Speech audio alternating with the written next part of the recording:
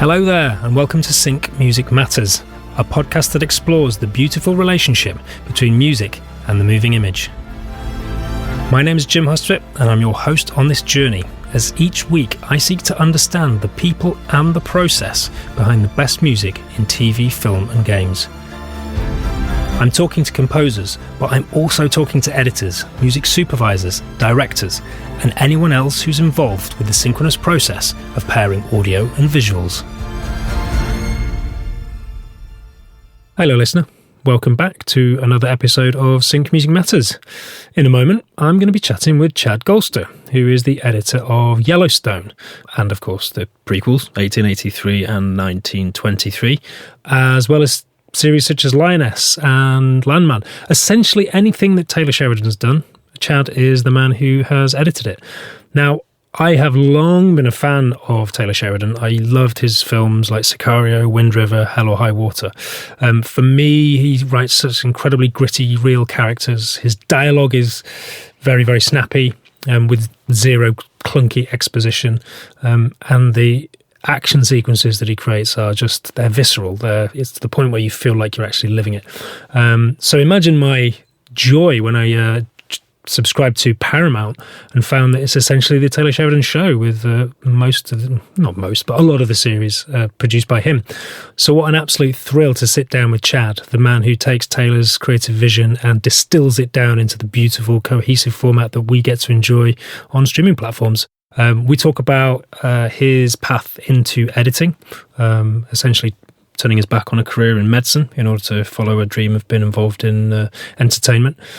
He's cut his teeth working on reality TV shows, and then ended up on Yellowstone. He was auditioned by Taylor and got the gig, and has been pretty much editing his shows ever since. Chad has quite a musical background and works very closely with the composers. So for Yellowstone, that would be Brian Tyler, and for Landman and Lioness, it's Andrew Lockington. And I think he has quite a hands-on approach to how he works with the music.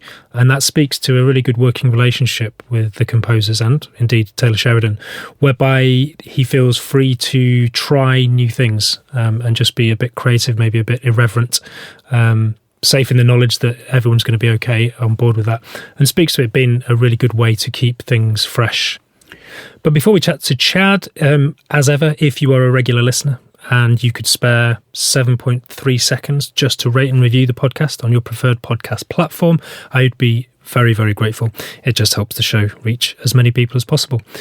If you want to stay in touch with the show, currently the Instagram handle is LARP_music, or just search for Jim Hustvedt. Anyway, enough of me prattling on. Grab yourself a Whisper Gold and a cup of tea. Let's chat to Chad. Chad Galster, ACE, is an editor and producer, best known for his frequent collaboration with filmmaker Taylor Sheridan. The pair have worked closely together on every season of the hit TV series Yellowstone, as well as Yellowstone prequels 1883 and 1923, and Lioness, starring Zoe Saldana. Chad, thanks so much for joining me. Thank you for having me. It's good to talk to you. So if we cast our mind back to a young Chad Galster growing up on the mean streets of San Jose, California, if somebody had asked you what would you like to be when you grow up, what would you have replied? I almost certainly would have said an astronaut or a pilot. I've always loved flying and commercial aviation. I've always been fascinated with it.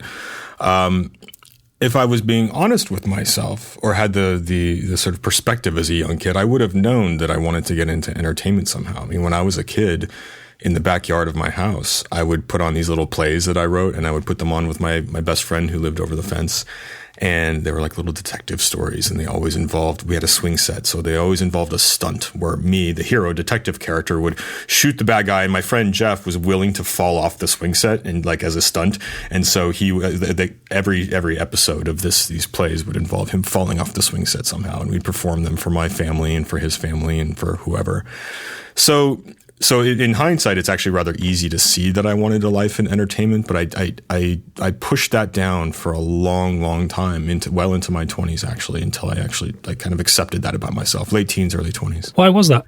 I think it's really hard to imagine a life in the movies beyond it being like a fantasy, and so I loved movies as a kid, and I knew I loved music as a kid, certainly, and yet the idea of doing it for a living didn't seem responsible.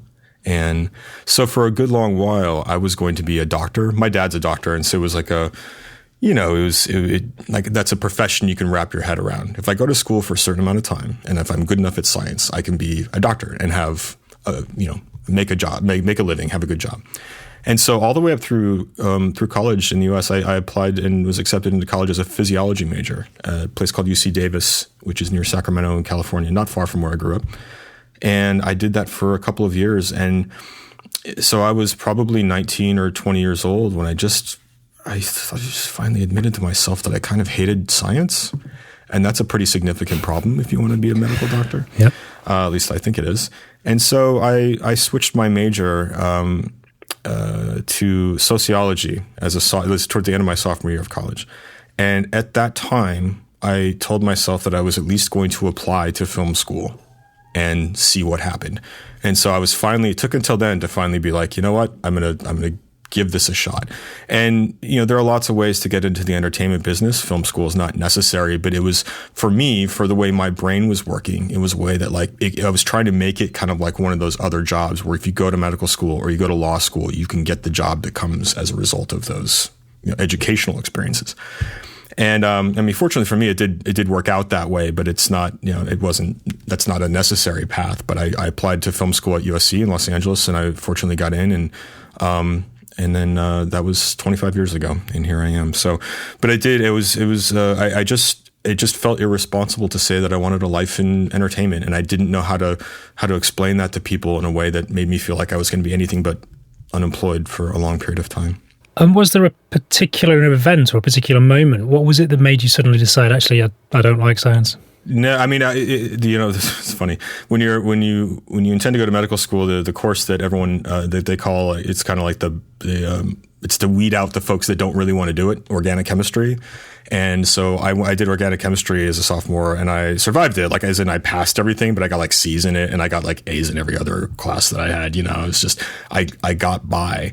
And so I don't know. I mean, it's long enough ago though. I can't say for sure that was it, but I think it was an accumulation of like, okay, now this is real. Now I'm at college and I have to study these things and put in a lot of time and effort, and it's very difficult, and I don't want to be doing any of it. So I think it was just over time admitting that to myself and figuring out that, like, well, if I'm going to do something, now's the time to do it. And I wanted to take a shot at the thing that I really was interested in. And so thankfully I did. It could have turned out very differently, but thankfully I listened to that. Was it a challenge to have to tell your parents that? Oh, very much so. Very much so. I mean, my mom, no. My dad, yes. It was just because it was kind of what I thought it might be to tell people that. It was hard to explain to my dad that I wanted to go chase this dream that, again, once you get into the entertainment business, you realize there's a lot of folks working normal jobs and living their lives, and they have kids and they have houses and they have all these normal things. It's just kind of a weird way to do it. But it does sound like fairy dust and fantasy when you're on the child side of it or the teenager side of it, and not knowing, because you also hear about people talking about it as a dream fulfilled, and so people speak about it in these like fantasy type terms when really it's a different way to make a living. So it didn't go well, and it took, quite frankly, until I was accepted into film school at USC that kind of legitimized it to my dad.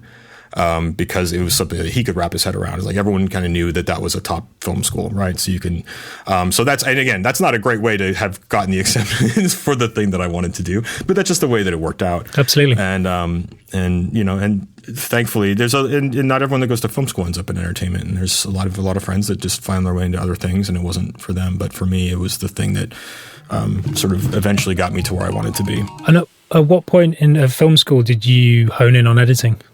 Early. It's funny. I was, everyone goes to film school. Most people go to film school wanting to be a director because it's the one job that everybody knows about.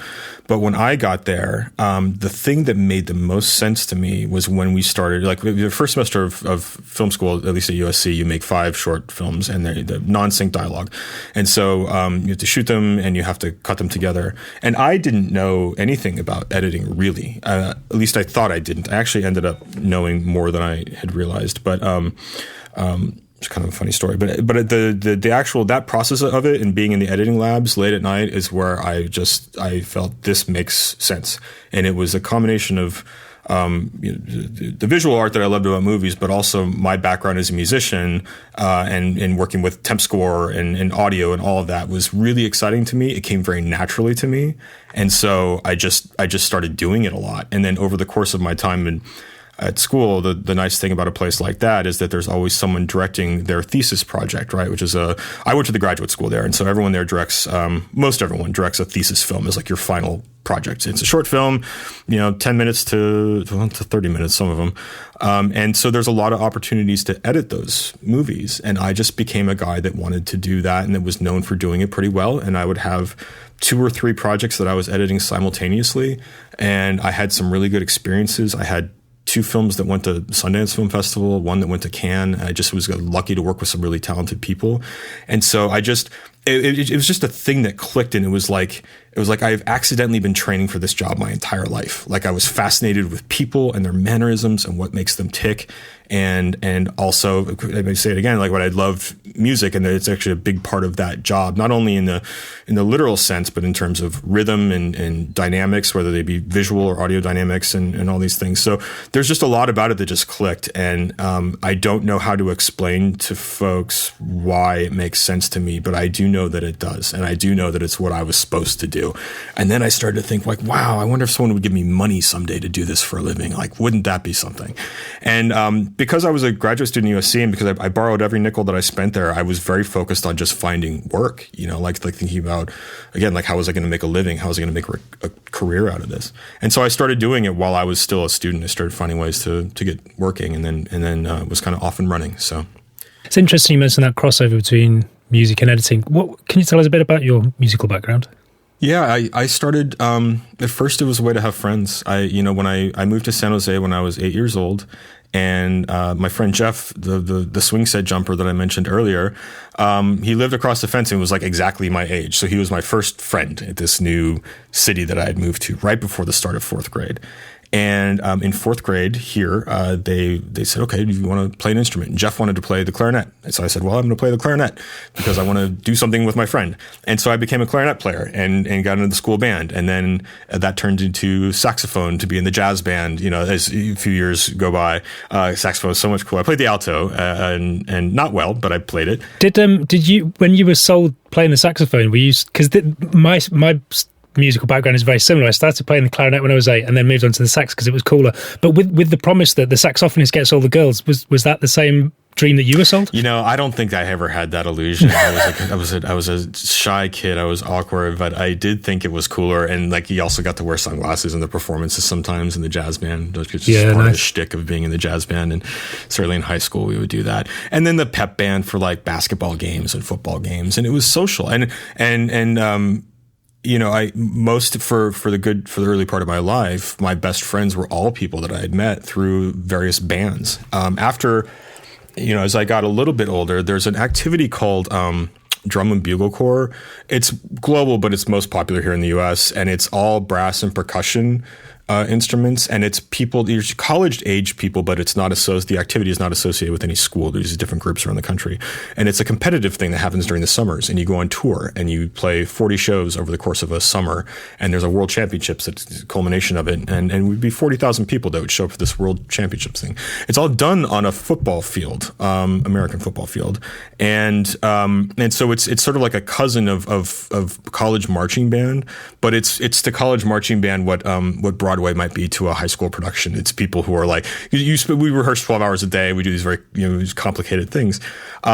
So I became a brass player to do that activity. So I was a baritone player starting when I was around 15. And then when you turn 22, you have to leave. It's it's meant to be they call it aging out. And so I became a pretty good amateur brass player, baritone player, and I played trombone in the high school band as I was transitioning from woodwinds to brass. Once I became a brass player, you kind of put woodwinds behind, or at least I did. It's just a different thing. And then also I was into electronic music. I would for class projects in high school, if we had to write an essay about something, I would ask if I could compose a piece of electronic music, and my teachers fortunately were encouraging of that bit of creativity. And so I learned how to use, early days, it was a program called Finale. I doubt it exists anymore.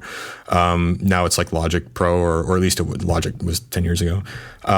So anyway, music was just a big part of my life, and it was a part of my like I said, my friend circle, and I loved it. I loved classical music. I loved musicals. I loved pop classical music. I loved Dvorak's Number 9. I love like the easily accessible stuff, Holst the Planets, but I was very much into that, and so that's an interest that's carried on through my entire life, and it's affected my professional life for sure. Where do you think that intersection is between visual editing and music? Because I interviewed a guy, editor called Mike Holliday here in the UK, does a lot of comedy, and we talked about this, and I think we were talking about it being very much a rhythm, a sense of rhythm. But where do you see that intersection between editing and music? Because there definitely is something there, isn't there?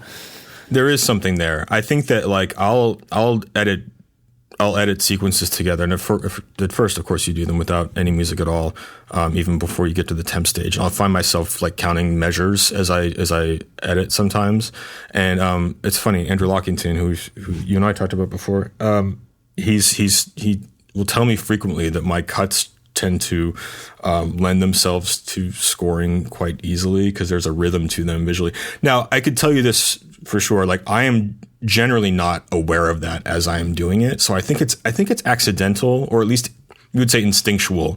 I'm not trying to make a visual sequence that is conforming to a beat pattern or whatever. In fact, a lot of what you do is to try to you might create a rhythm of something and then go against it, to create drama and keep the audience on their toes.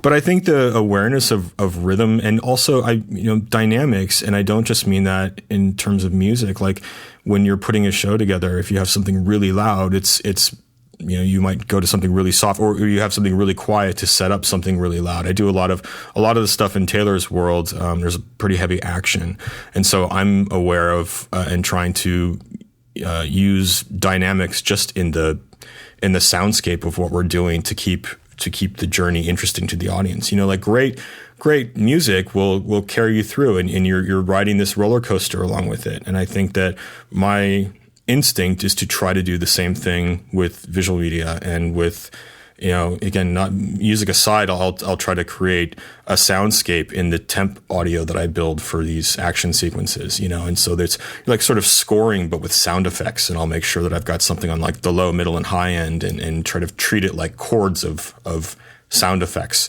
So there's a lot of ways where I have like been able to look back and say, oh, that's because I was an amateur musician that I do that. But I'm not generally aware of them as I am doing them. No. It's more of an instinctive thing. Yeah, it makes sense. What was the sort of kind of rough series of events that have led you to working with Taylor? The most random thing that you could ever imagine. But I'll tell you how I did it.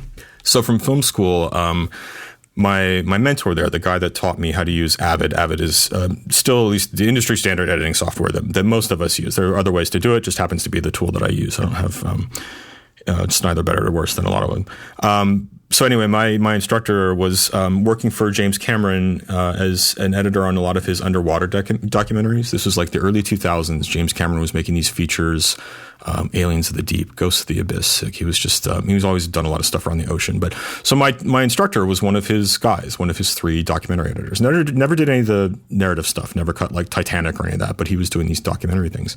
And so he hired me to work for him as his assistant on some of these James Cameron projects. And so those were some of my first jobs. And I was still a graduate student at the time. Sometimes over the summer, I was working at Lightstorm, which is James Cameron's company out in Santa Monica. And so I sort of quickly got exposed to the real stuff, and had I could tell people, hey, I'm working on these things. Not long after that, in fact, essentially right out of school, I got a job as a post-production supervisor.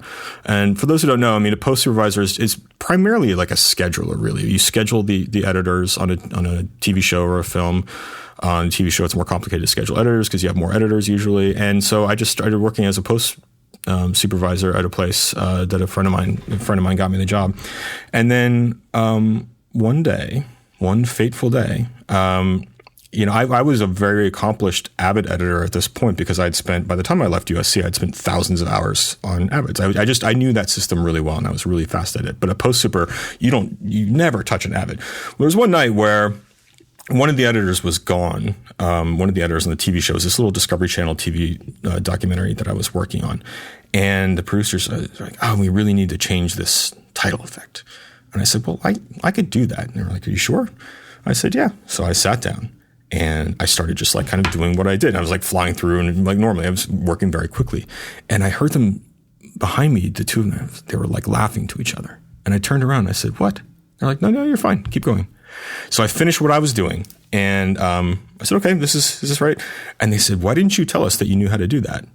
I said, "Well, that's not my job." And they said, and so they put me on an episode as an editor on this Discovery Channel show right then and there, and that was my first editing credit. And it was on a show that nobody had heard of, but it was for Discovery Channel, which everyone has heard of, and so it was a legitimate like credit to have, and it kickstarted my career. I started for the first 3 or 4 years. I was doing, History Channel, Discovery Channel, National Geographic content, and was successful at it. From there, so that takes me into my I was a graduate student, so I left school when I was about 27.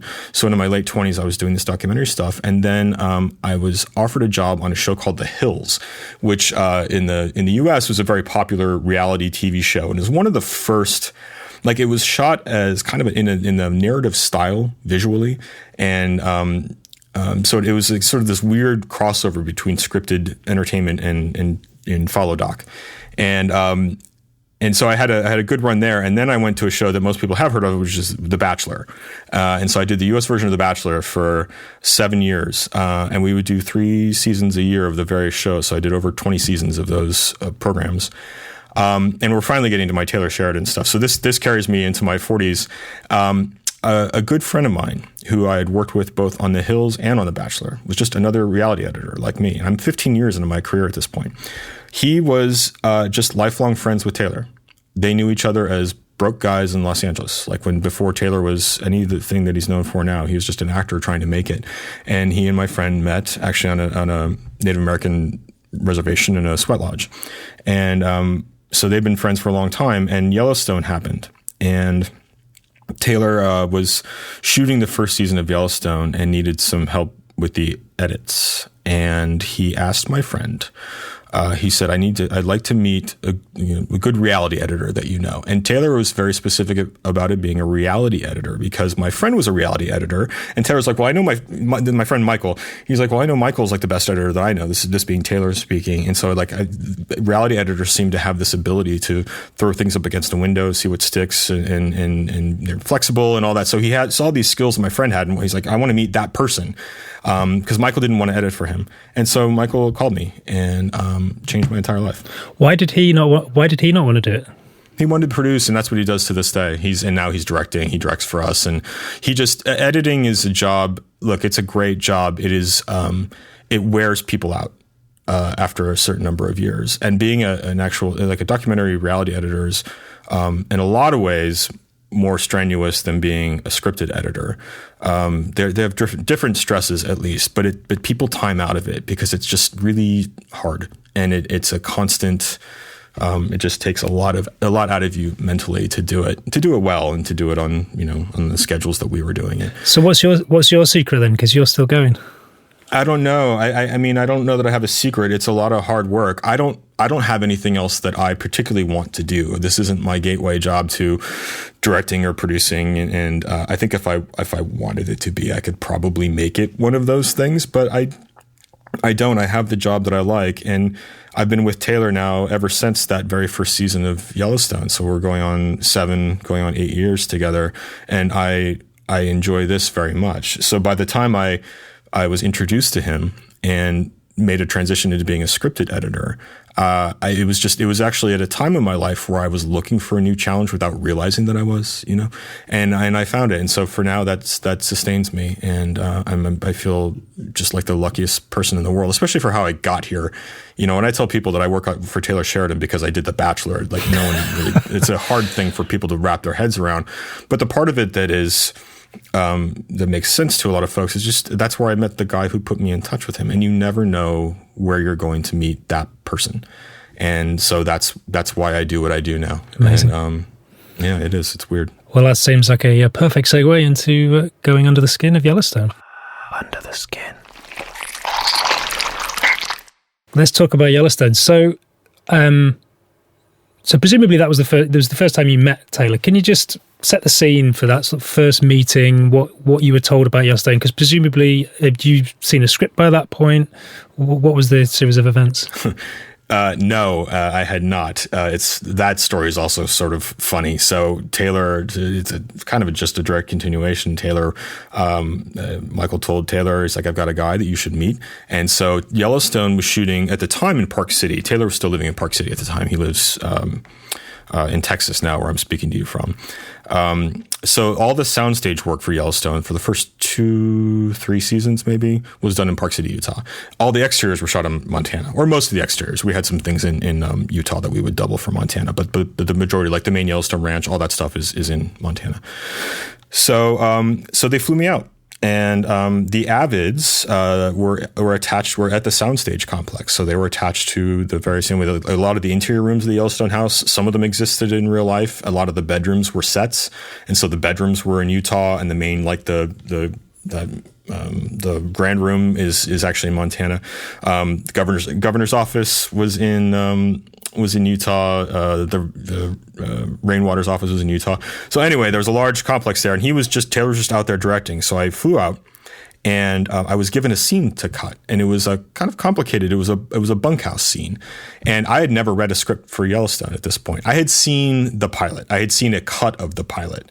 And so I knew what the world was, and I knew who some of the people were. I saw an early cut of the pilot. And it was I was given the scene. It was like a 6-person card game, and it was kind of complicated because you have to service like a dialogue between 6 people. There's a card game that you have to like service. So it was kind of complicated. I only had a few hours to do it. It's like, put it together. And then Taylor walked in. He was just in between setups on set, and he walked in. Hi, how are you?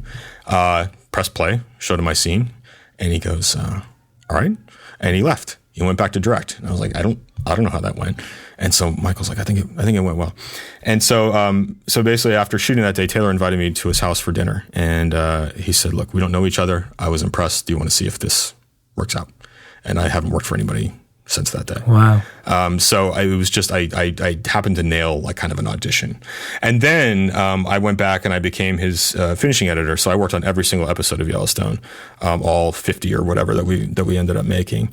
And then, I got to a place very quickly where I would read all the scripts before they were shot and worked very closely with him. But at first I was coming on as kind of the new guy, and then made a spot for myself. And to your mind, or maybe, I don't know, you've had a conversation with Sheridan since, what was it about the way you'd cut that bunk scene that made him go, yep, this is my guy? Never asked him about it. Maybe I'll ask him about it tonight. No, I don't know. I was happy with it, and something in it, he was like, okay, this guy, I mean, that along with the recommendation of my friend, and then the stakes are kind of low. I mean, if he didn't like what I was doing the following week, he'd fire me, or it just, I'm the one that never left. And I've, what I've learned later on, I mean, and then we've had years to figure this out. We do enjoy each other just as people. You can kind of like sense about someone like, okay, we are on the same vibe. I like the same kind of movies as him. I love Sicario, which he wrote, and I didn't know him at the time that I saw it. But my tastes in movies are very similar to his. My tastes in other forms of art too are somewhat similar to his. And so, yeah, just as artists and as people, we kind of hit it off, and maybe that's something that you can sense early on about someone. I don't know, but I somehow I gave him enough to make him believe that it was worth giving me a chance again. And for him, a low stakes environment, because there was no year-long contract. You're just sort of like, you're hired as an editor, and then you can sort of be fired at any time. So, there it is. But I don't know exactly what it was. Okay. So you've cut the bunk scene, you've got the gig, I'm interested as well, obviously, on the musical angle. So Brian Tyler does the music for Yellowstone. Talk us through. Were you temping with the suite of music that he provided? Were you temping with random? What was that first season like? Early on, before we had like a full library of cues built up from Brian, we were temping with all sorts of stuff from, actually we would temp with stuff from Sicario. We would temp with music from other scores. It was Johan Johansson, wasn't it, Sicario? Yep, absolutely. Who Taylor had a relationship through that film. He didn't direct Sicario, but got to know Johan and was involved in the process of it. And so we used a lot of his music I used to temp with Arrival, which I believe he did as well. So anyway, we would temp with lots of movie scores. As soon as we could, though, we would temp only with Yellowstone. And Brian built up just in the course of putting together episodes for the first few seasons. All of a sudden you have 200 little cues that you can use to temp in things, and then like the characters had their themes. So there was there was a theme like the ranch, then different characters had their themes, and so we could just take previous examples of that and temp with them. And then he would always change them. Like he would modify them and make them fresh for the newer seasons. But it started with that. Relatively early on in season 2-3, a guy named Breton Vivian started working with Brian. He was a guy that worked for Brian, but Breton took over a lot of the actual scoring. I mean, it's all based on themes that Brian created, but Breton became the guy that I worked with primarily. And because of the editors, like on a scripted show, there's only usually 2 or 3 editors. Because I was the one who sort of spoke music, as it were, even very much on an amateur level. I've always had close relationships with our composers because I can talk to them in ways that they understand. They can understand enough from me of what I want to then take it and do the thing that they need to do with it. So with Brenton, with Andrew Lockington, I've just had these good relations, even with Brian Tyler, because we worked together on Yellowstone, and then Brian scored a movie that I cut for Taylor that he directed called Those Who Wish Me Dead, which is an Angelina Jolie action movie. So I worked with Brian pretty closely on that. So yeah, I could speak music to them and speak in emotional terms, but also somewhat like instrumentation. At least I could talk to them about it. And a lot of the temp that I would do was, I would tell them make this something different, but the rhythm of it is kind of what I need, like the pace of it, or if there's a pulse to it that I need versus like something that's like without a pulse or whatever. Like I could leave like a somewhat more detailed roadmap in my temp music than maybe another editor couldn't, that didn't have, the music background. So that's again, just another way in which it served me really well, that I could be involved in creating the whole soundscape of a episode, even in the offline, like temp version before it goes to mix, and leave pretty specific instructions that I think worked, or at least I could give them something like, this does work. If you want to improve on it, make it better, do something different, by all means, go ahead. But this is like a thing to fall back on, is that these temp cues and these ideas do work for the show. So I'm able to give that to our composers. I think I heard a story once with Hans Zimmer where he ended up sending Christopher Nolan lots of tracks, and Christopher Nolan, I don't know who the editor was on, I don't know what the show was. I think, was it Interstellar? I don't know. But sent a load of cues and deliberately asked not to know which scenes the cues were for. And it ended up being sort of, a lot of the cues were used in a very different way they'd been intended. Does that happen for you, where sometimes the cue will be sent for one particular scene, but actually you'll go, hang on a minute, I'm going to put it in here and see? You just described my entire working relationship with Andrew Lockington. Who I've done now 3 TV shows with. Andrew and I met on Mayor of Kingstown, season 1. I did the first 5 episodes of season 1 of Mayor of Kingstown, and was always involved in other stuff, so I moved away from it. Landman and Lioness. So what Andrew will do, that I am incredibly fond of, he will send me what he calls sketches, what I call wonderful pieces of score. He's like dismissive of these brilliant things that he creates. He's a very humble guy. So he'll send me like cues, and it might be anywhere from like 60 seconds to 5 minutes long, and he will just send them to me in batches, and I will take them and put them in places in the cut where I think they work, or places where they don't work, but or they feel like weird, but in an interesting way, or in a way that like I haven't quite heard before, and like maybe Taylor might not like this, but that's like the reason to put it in, because it keeps us on our toes and keeps us fresh. And Andrew says to me all the time, he's like, I did not intend that cue to be in that spot, but I love it in that spot, and so now I'm going to take that and vamp on it and develop that idea a bit more. So that is just truly how we work. And we've been at it together as a team for a number of years now on some of these shows. And so there's a lot of trust in our back and forth, where Andrew will send things my way, just kind of trusting that I will find a spot in the cut for them that makes sense. And I enjoy, one of my favorite things, Andrew, I remember for Lioness season 2, which was last year that we did. We're making season 3 right now, but Andrew sent me his batch of cues. He's like, I don't know if any of these go into the TV show. I really don't. They're weird. I was like, I'm going to make this the first cue in the TV show for sure. I did.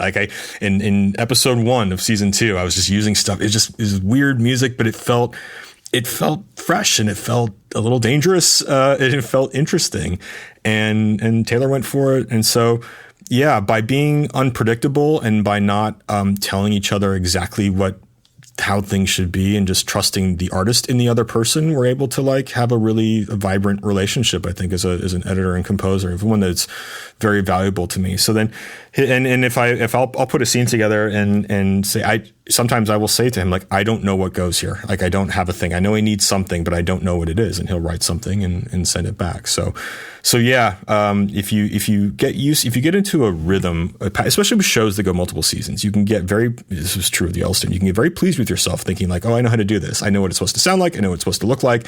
I know how to put a horse sequence together.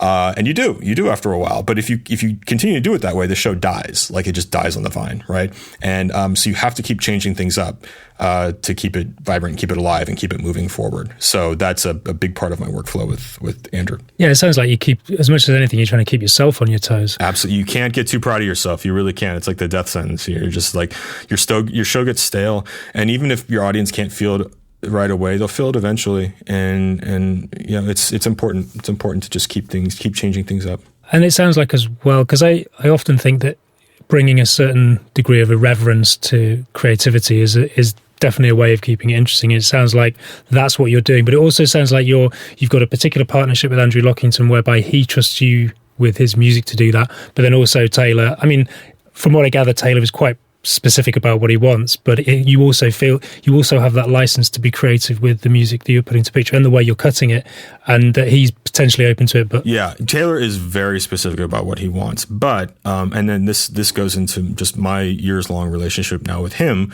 He also knows I have an understanding of music that's slightly atypical for a picture editor. And I was never anything more than an amateur musician for sure, but I do have an understanding of it that is a little bit somewhat unique.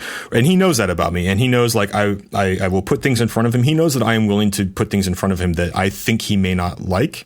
And some people are afraid to do that, and not just with Taylor, but just in the world. It's hard to have the confidence to put something in front of your boss that you're like, yeah, I might hate this, but if they like it, then we've really got something new. And I've never been afraid to do that, or at least it was a promise I made to myself early on when I started working for him. I was like, in my mind, I was like, I'm always going to just tell him what I think, what I really think. If he asks me about what do I think about a cut, a show, a script, or whatever, I'm going to be honest with him. And it served me well. And that's the same thing with my editorial instincts, or, the instincts about placing music. This may not work, but I think this is cool. And so I'm going to put it in front of him and make him tell me no. And sometimes he does, but 95% of the time, might be 98% of the time, he's like, yeah, cool, we'll try that. And so again, just you build that up over a number of years with someone. And I think there's an understanding on Taylor's end as well. I don't mean to speak for him, but I think I've tried to make it clear to him, that thing, we need to keep this fresh. We need to keep this moving, keep it interesting. And he has those same instincts. He does it in his writing, keep things, it's not just the same story over and over. That's boring. And it becomes artistically deadly. So yeah. Trust in earned trust. Yeah. But do you think that's also part of one of the reasons he likes working with you, is because you will bring that honesty? I believe so. And I hope so. And I've told him, I was like, every once in a while, I should do something that you think is just absolutely awful. As in, who in the hell cut this? Because it's just normal, human stuff. I have different, we have the similar taste, but we're different people. And so every once in a while, you should really not like something that I do, because it's just the normal human way to be about stuff. It doesn't happen often, but it does happen from time to time. And it's always okay, good. We're still challenging ourselves. We're still trying things. And so I do I know for a fact that he does appreciate that about me. We don't talk a lot about, our relationship in those kinds of terms, but yes, I believe that is something that I can at least offer him, which is honesty about my opinion and artistic honesty. And then if you don't like the thing that I do, that's fine. But at least I'm giving you the thing that I think is cool, not the thing that I hope you think is cool, but that I don't really believe in. If I'm putting something in front of him, I have to believe in it. And then if he changes it, I just tell him once you've heard what I have to say, I'll defend your cut of it in court if I have to. You've heard my opinion, and then now we make the version that you like. And for the majority of the time, those versions are the same, which is why we've been successful and are still together as a partnership. Yeah. This interest in this, I think, as a creative, this is a common thread which has come up. It came up with Jeff Russo, it came up with Andrew Lockington, it came up with Nathan Klein. This idea of doing what you believe is the right thing and what feels good, rather than trying to second guess what somebody else wants, because it's so hard to know what someone else wants, but what you can be sure of is something that excites you specifically. And it sounds like you have license to do that. You just described the entire relationship between the entertainment industry and the public, really. I mean, a lot of the entertainment industry, their time is spent trying to guess what audiences are going to like 6 months from now. And they're generally not right, because how can you predict such a thing? And the things that really stand out are those original ideas. When I was in college, Pulp Fiction came out and blew everybody's mind. What in the holy hell is this? And then people spent the next 15 years trying to recreate Pulp Fiction, and they all failed because it wasn't honest. It wasn't genuine. It wasn't coming out of an original place. It was coming about a desire to replicate the success of something else. And that is such a common refrain in the entertainment industry. I like to think, having had some time to reflect upon it over the years, that that's part of what appeals to people about Taylor's stuff, is that there's an honesty to it. I mean, he grew up on ranches and on horseback, and so he's writing stuff that he knows about. He's not trying to, and there's a lot of cowboy shows on the air right now, if you've noticed, people trying to kind of recreate that, but it doesn't feel authentic and genuine. So yeah, I think people respond to emotional honesty and to artistic honesty. And even if if something fails, I think the effort is applauded. At least I hope it is. And that's how I have to feel about it for myself. This may not work, but I believe in it, and it feels fresh to me. And so I'm going to try it, and I'm going to see if, what other people think about it. So, there's a lot of money and time wasted on trying to guess what other people are going to like, or to try to recreate the thing that you think they're going to like, and it just almost never works. It seems to me more prevalent at the moment. I think maybe because studios are a bit more risk averse, because it's harder to monetize because of the whole streaming thing. It's so much more prevalent at the moment. I mean, that's why Marvel's having the difficulty they're having. I think it's just at some point it catches up with you, right? Where you can't keep doing the same thing. And look, the people that do those movies are brilliant, and the craftsmen and women that make those movies are the best at what they do. But at some point, I think people have they're looking for something that feels fresh and not as derivative. And when you find those things, like Parasite, when that came out, that blew people's minds. Squid Game is funny. It was created by a classmate of mine at USC. Oh, really? Yeah, we were friends at film school, and then he went back to Korea, and none of us had heard from him in 20 years. What's Dong doing? He's got this new show. It's called Squid Game. And it just again, changed television. I Facebook messaged him. I was like, dude, congrats. He's like, yeah, thanks. It was the weirdest thing. But you never, that was, for him, he wrote that out of a place of, economic struggles in Korea. I mean, that came out of a very genuine, honestly, it was a commentary about that. And it was fresh and original, and unafraid. And I think that's what people responded to with that. I think as well, Netflix, it's almost opened up people more to foreign cinema or foreign TV, and there's different formulas, or they're not the same, or there's not as formulaic as maybe say Western. So all of a sudden you've got these new ideas, and it's oh, hang on a minute, this is a completely new way of doing something. And it works, so let's do it. Yeah, it works, and again, also sometimes it doesn't. Not every creative ambition has a happy ending, but I don't think that you can. You have to try, because we're not moving it forward if we're not trying to do something different, and it's important. You mentioned Marvel. I always remember the story about DC when Batman versus Superman. Well, for want of a better phrase, flunked. But then they went to focus groups and started asking comic book diehards what they wanted to see. And I remember thinking, you can't have creativity by consensus like that. You need a visionary producer or director who's got an idea, and you've got to let them run with it and create it. Because if you ask everybody, it's like Henry T. Ford, if you ask the people what they want, they'd have said they wanted faster horses. They didn't know they wanted a car.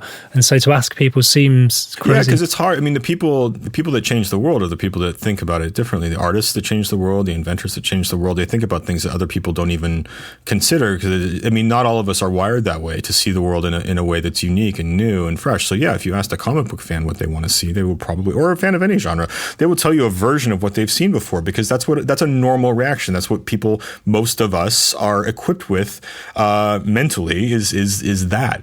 And to really see things like, you know, again, back to Quentin Tarantino, saw things in a different way and gave us a different art form in a way. There's plenty of other, Kubrick did that. You know, there's lots of film artists, there's composers, there's painters that have given us a different way of doing something, and it's exciting, and you throw a lot of darts at the board to get there, but one of them hits, and then you've changed things for people. So that's always the exciting possibility of art to me. And going back to Yellowstone, so is there a particular scene that you can remember whereby you did something a little bit out there, visually and or musically, that worked and made it into the series? Oh, for sure. I did some weird stuff in Yellowstone. I did, maybe my favorite example was episode 1 of season 4 of Yellowstone. And it's a scene where the ranch is under attack. The Dutton Ranch is being attacked.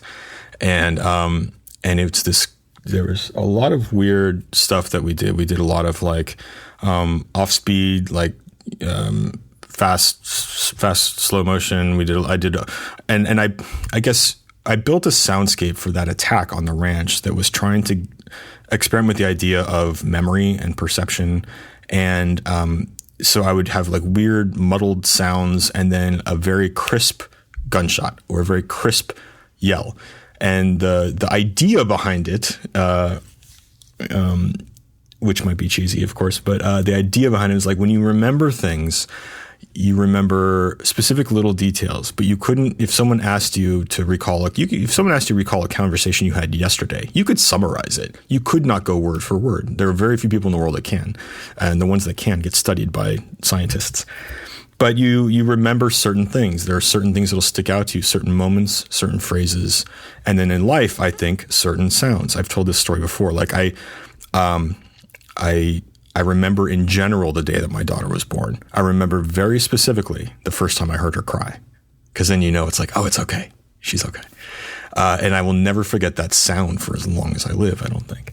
But the rest of the day I could describe to you in general terms and remember certain things about it. So anyway, I was trying to do that, but with a TV show, like what would be a very traumatic experience for the characters involved, would leave them with certain little details imprinted on their brains forever. And there's a few places in Yellowstone where I did that. There was some stuff towards the end of season 4 when the Casey character is going to Vision Quest, and he's off by himself. Yeah, so all that stuff, a lot of those visuals were taken from like before action, after cut. Like I was just finding little bits of video from anywhere that had bits of trees and sun that were going out of focus, and trying to create this tapestry of memory and of experience of like that was creating a feeling in a sequence instead of like trying to tell a concrete series of events as they would have unfolded.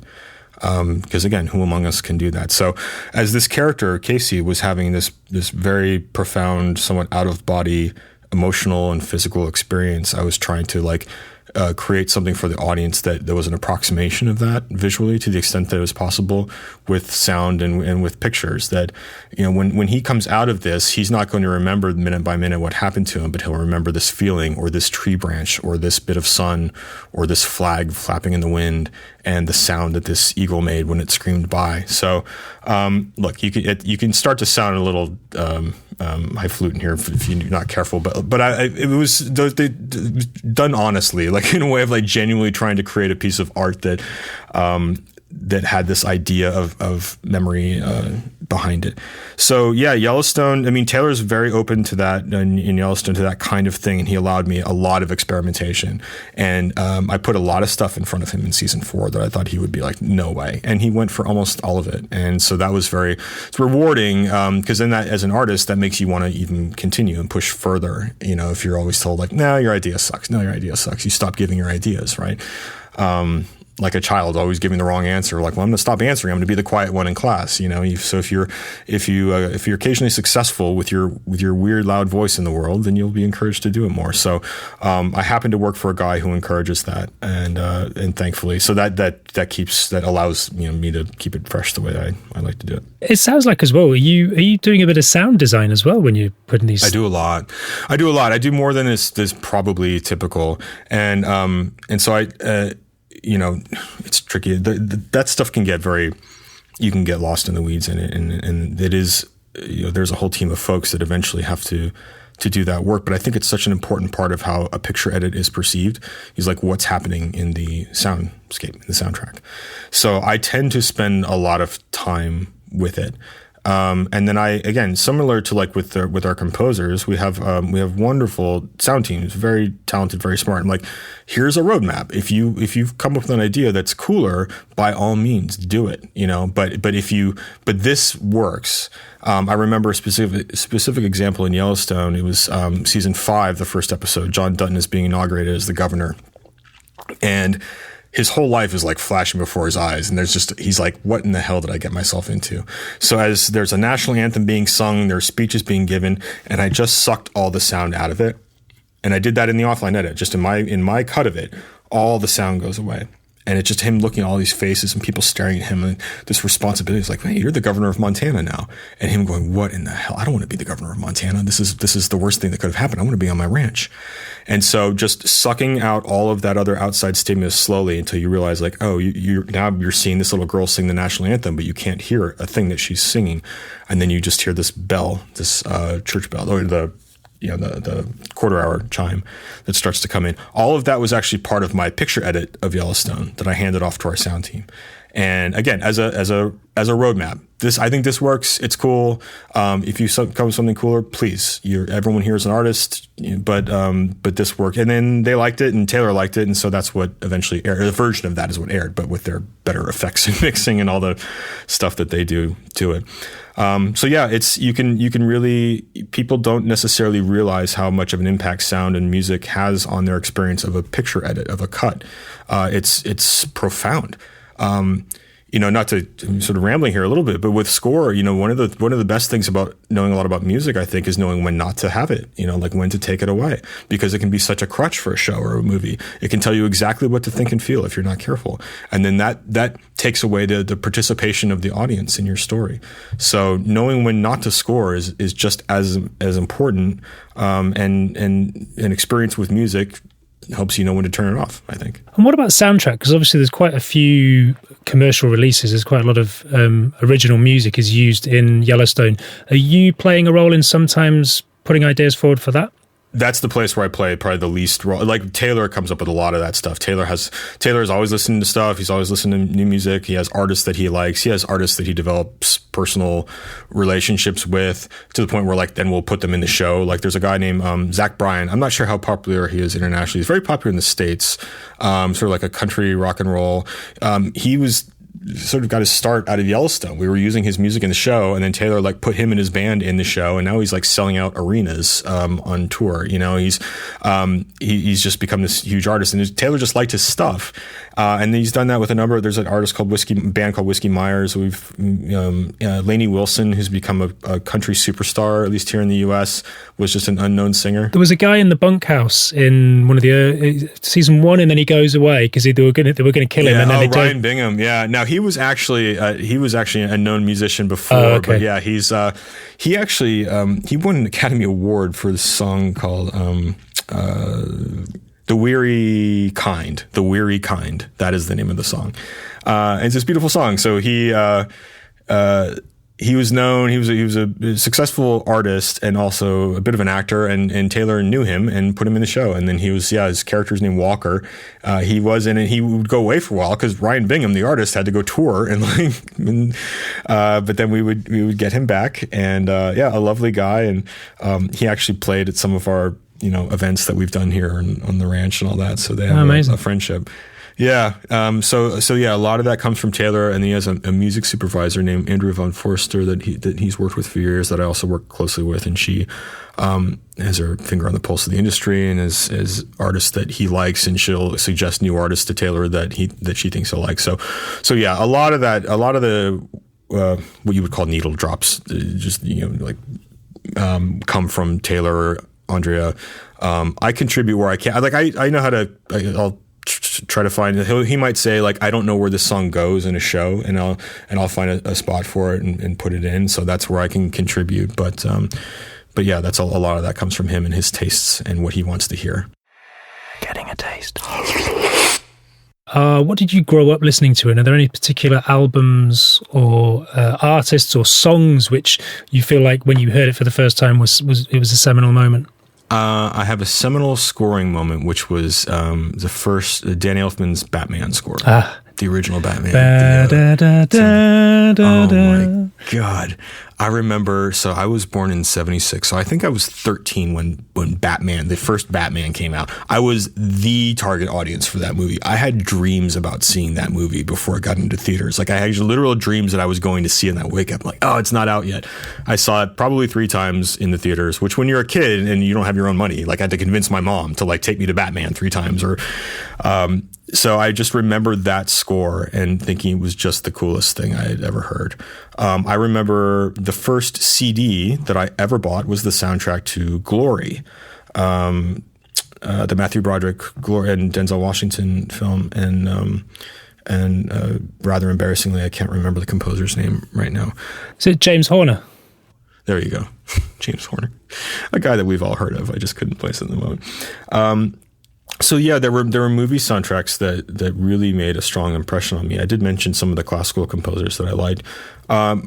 As far as other music, I mean, my favorite band for my entire life that I can remember is Nine Inch Nails. Like I've loved Nine Inch Nails music ever since I was young. And when I was younger, it was actually kind of dangerous to like Nine Inch Nails. Like I couldn't, it was kind of out there, edgy stuff. Risque. Risque for sure. There's one song in particular that everybody knows that just has lyrics that are rather provocative, but like he's done, 200 other songs, and now he's a Academy Award winning composer with Atticus Ross. So Trent Reznor is now been legitimized over the decades, but I liked him early on when it was just weird and yeah, kind of edgy and dangerous. And one of the things I think I liked about him, and I didn't know this at the time, Trent Reznor was a classically trained piano player when he was younger, and so there was something about his musicianship that I responded to, experimentation with meter, and different sounds, and industrial music in general was interesting because you're making music out of like sound effects, for lack of a better way to put it, like chainsaws and hammers and things like that, and you can put a rhythm to them, and which is the thing that I've done later in life as a editor in the soundtracks for the shows that I work on. When it's appropriate, I'll do that. So yeah, like just that stuff, it was so weird and interesting, and I liked the instrumental pieces of Nine Inch Nails music than as much as the lyric stuff, and that is still the case. I saw them in concert a couple weeks ago. They were in Los Angeles, and so I still go to the shows, and then yeah, the film work, the scoring work that they do, I tend to really like, and I temp with it on occasion. Not on the shows I do really for Taylor, because we have these libraries of our composers' work, but yeah, very influenced by that kind of thing, by industrial music. It would probably sound a little bit out of a little bit incongruous if you popped it into 1883. Yeah. Actually, there was a time, the beginning of episode 9 of season 3 of Yellowstone. It was 9 or 10. John Dutton has been left to dead on the side of a road. He's been shot up, and so there's the beginning of the following episode. I used a Nine Inch Nails track, like one of the atmosphere tracks. And it was just like, I created this really weird, it was another place where I just experimented. There's like shots of like a crow and like a bullet casing and birds overhead and the sun, and John Dutton's just sitting there bleeding and dying. And I had this like an instrumental Nine Inch Nails track that I used as the temp. And so that was the one time I fit Nine Inch Nails into Yellowstone briefly. And of course, obviously it's not in the final, like our composer made something that was in the, but yeah, in the style of it, like kind of in the same idea of it. But yeah, I don't get to play with Nine Inch Nails a lot in Yellowstone. Nice to have the opportunity. And what about visual media? You mentioned Pulp Fiction earlier, but is that a film, and are there other films that you remember seeing which were sort of when you went, wow, what's this? This is incredible. Yeah, absolutely. I remember seeing, because of the age that I am, I remember seeing E.T. at a drive-in when I would have been 6 or 7 years old when E.T. came out. I was heavily influenced by like Steven Spielberg's movies. They were all magical. So E.T. was my first memory of going to the movies. I am the Star Wars generation. So although, Star Wars came out in 1977, so I was 1. I didn't see that in the theaters, but I remember standing in line for Return of the Jedi, and I remember the excitement of that and the spectacle of it. I remember like Back to the Future, the 1 and 2 and 3, and I would see those multiple times in the theaters. I just, the spectacle. I remember Ghostbusters was hugely influential on me. I saw that. Actually, that was another one I saw multiple times in the theater. So my mom would take me shopping to the mall or whatever, and if there's a movie theater there, she would just, in the 80s, you could just pluck a kid in the movie theater and you just kind of leave him there, and she would go shopping. And I was like, I don't know, I was 12 or whatever, but like there's a kind of a thing that people did that I would like never do now with my kid. But yeah, I would just sit there and watch Ghostbusters for a couple hours, and she'd pick me up after she was done shopping. And so those movies, fantasy and spectacle, Indiana Jones, those kind of movies were really, really influential on me. And then as I became more into like college years, I got really into the movies of like Stanley Kubrick, and I was 2001 and look, there's Scorsese was my hero when I was in pre-film school, film school, and so I'm influenced, I guess. The common thread is like a lot of pop media. I was never like into the French New Wave. I was never into dogma films. I had to watch all that stuff when I was in film school and be aware of it and speak to it. But I've always liked like popular media, and I like watching. I'll watch experimental films. I can appreciate them, but I've just always liked the big spectacle stuff. And I went to a place for film school that nurtured that and taught that, and then I've somehow ended up in that in my career. Now I think the stuff that we do, it's not just pure spectacle, obviously, but there's an element to it, and like the action and excitement and that's stuff that I've always gravitated towards that I now get to play with as a grown up. And you mentioned earlier that you and Taylor have sort of similar taste in films. Are there some particular films that you both would wax lyrical about? Yeah, The Insider, he's a big Michael Mann fan. So Heat is a big one for us. In fact, in the episode of Yellowstone I was talking about earlier, episode 401, the first episode of season 4, there's a really prolonged gun battle. Where there's a car crash and then there's a big battle, and we always called that our Heat sequence. Because the bank robbery downtown, like that iconic sequence that they put together. So like in ours, like there's no score. It's just these like really loud, like really violently loud and percussive bullets and things that you hear and glass breaking, and it's all soundscape. And it was somewhat shot as an homage to Heat visually, like over the shoulder of these guys with their assault rifles and all that. So yeah, and the Michael Clayton is like is a movie that we love. But yeah, a lot of Michael Mann stuff is the stuff that we'll kind of fall back on and reference when we're putting sequences together. One of the things that it actually informs a lot of these films, Michael Mann films, like he doesn't care to establish locations a lot. He doesn't tell you where you are. You just figure it out over the course of watching the story. And Taylor's a big fan of that. Michael Clayton does that rather specifically in a way that I don't have examples to give you now, but I just remember we've used that film as a way of like, you don't have to show the outside of the house before you go into the house. Your audience will catch up to you and they will follow along. And if you feed them everything, then they'll just sort of sit back and watch it and take it in. But if you withhold pieces of information, then they've got to figure it out and they're actively engaged in your story. So Taylor says all the time, take it away. It being the whatever, either a shot that explains everything perfectly or a piece of dialogue that explains everything perfectly. Take it away and see what could we strip it down to and still have people follow the story in a way that promotes their engagement in it. And so we're always thinking about that, and some of that I think he's influenced by those Michael Mann films. And Taylor's also he's a really well-read guy. His favorite piece of art probably is Lonesome Dove, and so a lot of the work that he does is influenced by that. I mean, the book certainly, which he's read probably 50 times, I think he said, and the series. So yeah, I mean, those kinds of things, those specific pieces of art are things that influence us. And every once in a while we'll watch one of them and just, enjoy it.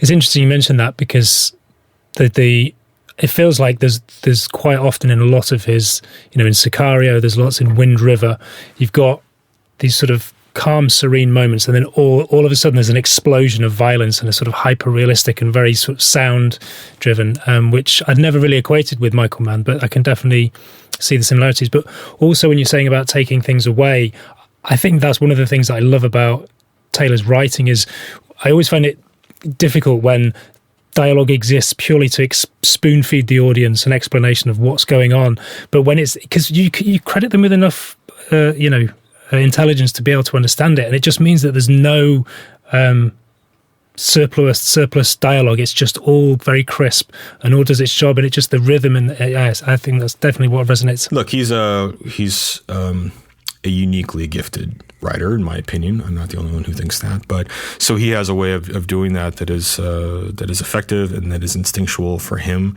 But the thought behind it and theory behind it is not accidental, and that is that, like, if you just tell people everything, they'll sit and they'll take it in, and they don't. But it won't mean anything because they won't have done anything to earn, the result of it. And if you can engage, just to keep your audience engaged, keep them motivated, give them credit for being able to follow along and being able to understand and be able to figure things out, even if you haven't told them every single piece of information that they need to understand a story.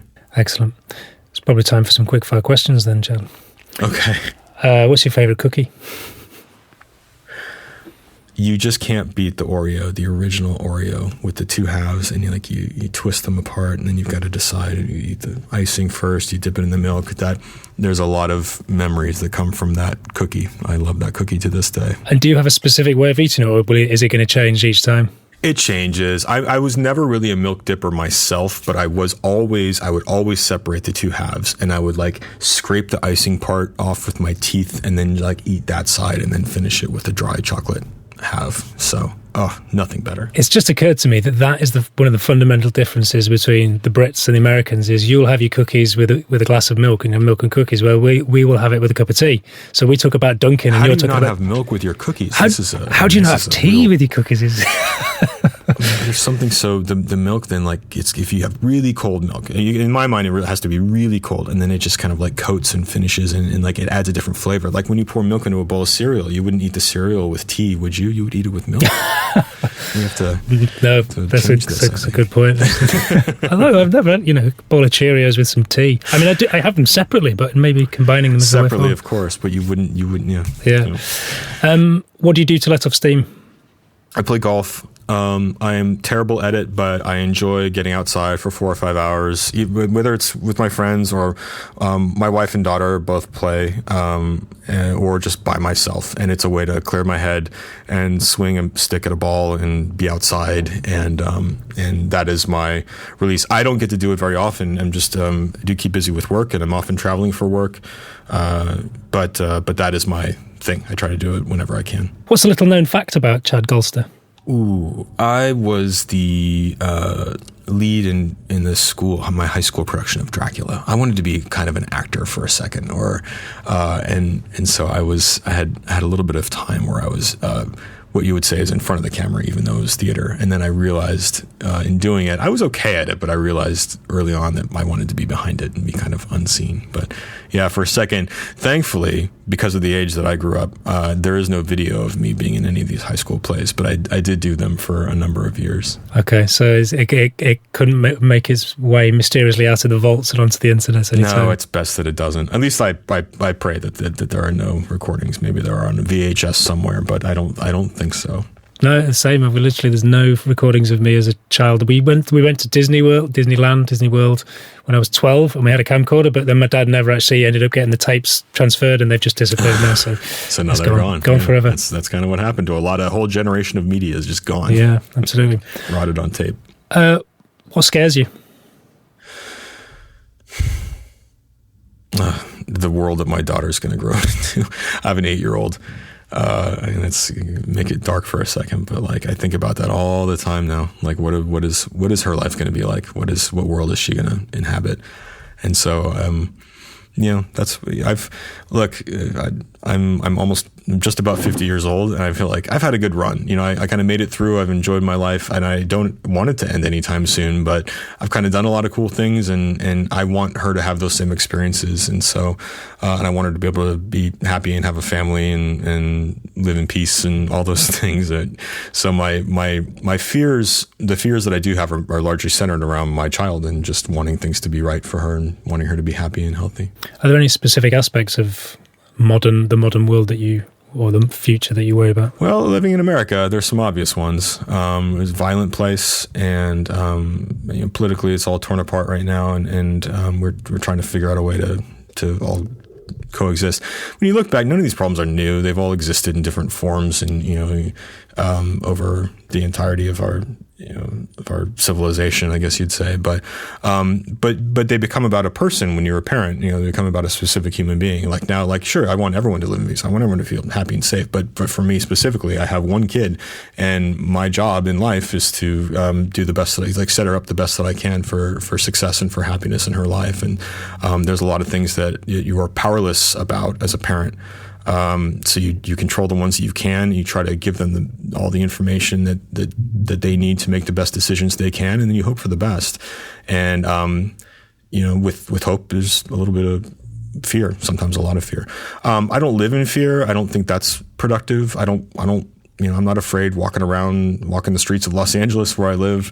But you just, you hope for the best, and you just try to surround yourself, be prepared for things, give yourself and your children and your family information that they need, and hope that it guides them to happiness. But a lot of what makes us happy or not is luck. My whole life, my professional life is luck, as I've told you earlier. And that it extends to every part of your life, whether you're healthy or sick or whatever. There's a lot of luck involved. So, do your best and hope for the best. Well, there is luck, definitely, but I think if you weren't good at what you did and you weren't a nice guy, then some of those opportunities may not have come. So I think you've made your own luck. I mean, I think if I wasn't good at what I did, sure, you can be a pretty mean guy and last for a while. You can get yourself a few good decades working, and then at some point people will get tired of you. Surely it'll catch up at some point, yeah. Yeah, hopefully it does. Hopefully it catches up with you. But yeah, there's a part of it, but the luck gets you the start, and that's what separates, the career that I've had from a lot of equally talented folks who just are doing different things and maybe not exactly what they want. So, I'm comfortable with the amount, with the role that luck has played, and I do know that mostly it's been a lot of hard work and some fortunate instincts and talents, I guess you would say, but a lot of it is luck, and I'll never forget that. Well, I'd also like to point out as well the courage to go against what socially was the acceptable thing or the expected thing, which was to go and do medicine, to sort of have the courage to say, do you know what, this is not what I want to do. So without that decision, without that, you may have taken a very different path, and we wouldn't be enjoying your creativity. I'm not a big pat myself on the back kind of guy, but I'm grateful to the version of myself. I'm going to pat you on the back. To my 30 years. Thank you. I fortunately did that, because I think, I just would have probably been not happy. Sure. Okay, and finally, what piece of advice would you give to your younger self? It would sort of be on the same lines. Don't waste a lot of time trying to make other people happy. It's not a good way to live your life. It's not a good, to try to gain the approval of other people. As you get older, that changes a little bit. My responsibility and my joyful responsibility is to try to make my wife and my daughter happy. And I get a lot of fulfillment from those things. But aside from those two human beings, it just is kind of a waste of time to try to make others happy. And I think that the less time you spend on that, especially when you're young, the more time that you can invest in yourself and give yourself a chance at finding, creating fulfilling life for yourself. You cannot make your life fulfilling for other people. That is a waste of time. Yeah, absolutely. Wonderful sentiment to finish on. Chad, thanks so much for taking the time to chat. It's been a genuine pleasure. Yeah, a real pleasure. Yeah, thank you for having me. You're down in Texas at the moment on site. What are you working on at the moment? Right now, we're doing a show called The Madison. which is Michelle Pfeiffer and Kurt Russell. It's going to come out at some point next year, but it's a thing that Taylor wrote. And so I've been editing that. I'm also editing Landman Season 2, which is shaping up quite nicely. I've just finished the finale for that, actually. That'll air at some point next year, that whole season. And we're also doing Lioness Season 3, which is shooting right now. And so I'm editing the first episode of that. Wow. Keeping busy then. So just a couple things. This is why I never play golf, because I don't.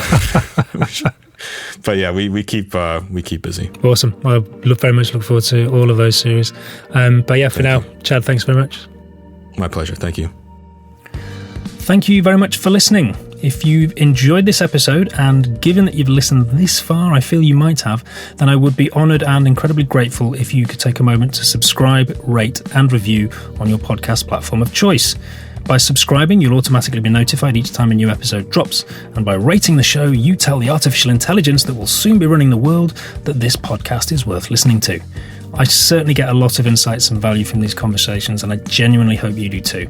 If you'd like to get in touch with the show, then you can email me, podcast@larpmusic.com. Larpmusic.com is my digital abode, and the home of the podcast is larpmusic.com/Sync Music Matters Podcast. And Sync Music Matters Podcast is hyphenated. Thanks again for listening, and until next time.